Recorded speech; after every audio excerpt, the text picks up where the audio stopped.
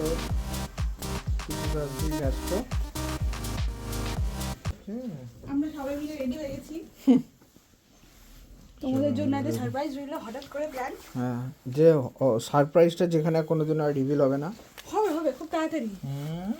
ঘন্টার ডিম হবে। জ্যাকেটগুলো আর হচ্ছে না সারপ্রাইজ, এটা আবার নতুন জামা কাপড় কিনতে হবে। হ্যালো এভরিওয়ান, তোমরা সবাই কেমন আছো? আজকে চলে এলাম আরেকটা ইনভিটেশনে। আমার হাজবেন্ডের বন্ধুর মেয়ে, তার জন্মদিন, সে আজকে 2 বছর পূর্ণ করলো। আর তারই জন্মদিনে আমরা কী কী করলাম সবটাই তোমরা দেখতে পাবে। আর এখানে বেলুন আর লাইট দেখে আমার পুতুলটার অবস্থা দেখো, সে তো খুব এক্সাইটেড হয়ে গেছে। আর এই পুতুলটাকেও নিয়েও আমিও খুব এক্সাইটেড হয়ে গেছি, খুব মিষ্টি লাগছিল দেখতে। ভয় ভয় ভয় ভয় লাগে, আর কিছু না। রে বাবা, না না তুমি তোমাকে তো ভালো করতে হবে না আমার।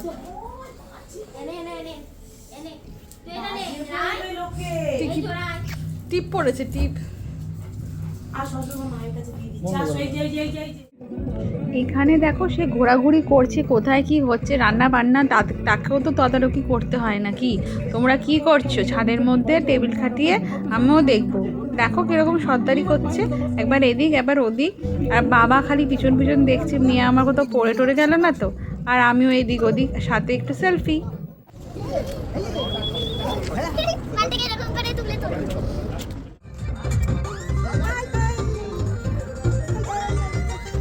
এই জন্মদিনে ইনভিটেশনে আজকে প্রথমেই দিয়ে দিল গরম গরম একদম ফ্রাইড রাইস আর স্যালাড ছিল, আর দিয়েছিল চিকেন।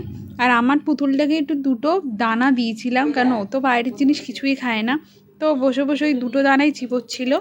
আর এখানে এই গরম গরম ফ্রাইড রাইসের সাথে এই চিকেনটা খুব সুন্দর যাচ্ছিলো, খুব ঝাল ঝাল চিকেন হয়েছিল। আর তারপরে চলে এলো মিষ্টি আর রসগোল্লা, চাটনি, দই। এইগুলো খেয়ে আজকে এখানেই ইতি, চলে এলাম বাড়ি। ফাইনালি বাড়ি চলে এলাম, আজকে শেষ হয়ে গেল যাত্রা। এবার আমার ছোট্ট রানী খাকে খাওয়াবো, ব্যাস, টাটা।